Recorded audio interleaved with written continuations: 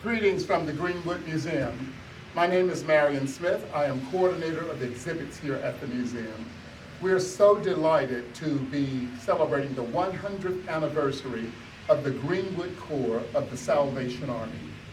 This exhibit not only highlights the local corps, but looks at the history of the Salvation Army, beginning with its founders, Catherine and William Booth. The Salvation Army began in 1865 in London, England, and quickly spread abroad, coming to the United States in the 1880s, and again quickly spreading throughout the country. For many people, when we think of the Salvation Army, we think of its thrift stores and its red kettles at Christmas time. I too thought the same thing, but soon found out the Salvation is more, much more. With more than 7,600 centers throughout the United States, one in almost every zip code, the Salvation Army assists over 23 million people every year. The exhibit is celebrating the 100th anniversary of the Greenwood Corps. However, the Corps was here already active as early as 1913, and it contributes much to the social needs of the Greenwood area and surrounding communities.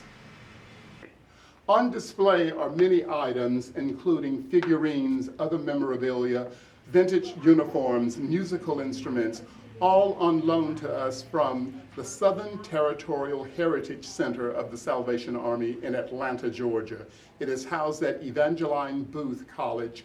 It's a training center for Salvation Army cadets. The Salvation Army is a Christian church with service at its very core.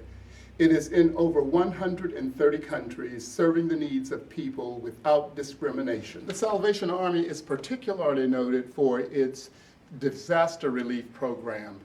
One of its mottos was, "Where there's a need, there's the Salvation Army." They're usually one of the first on the ground at major disasters throughout the United States.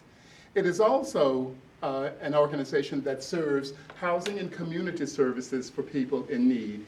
It has a missing persons bureau, and it also has a program fighting against human trafficking.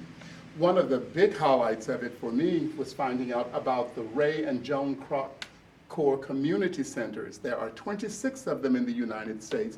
They are funded through monies that were given to the Salvation Army, $1.5 billion by Joan Kroc, the widow of Ray Kroc, the founder of McDonald's. What you've seen is just a small sampling of the exhibit. We hope that you will have the opportunity to come in and take the time to view the exhibit in its totality and learn about the many good things that the Salvation Army is doing, not only here in our own community, but in our state, in the United States, and in the world. Thank you very much.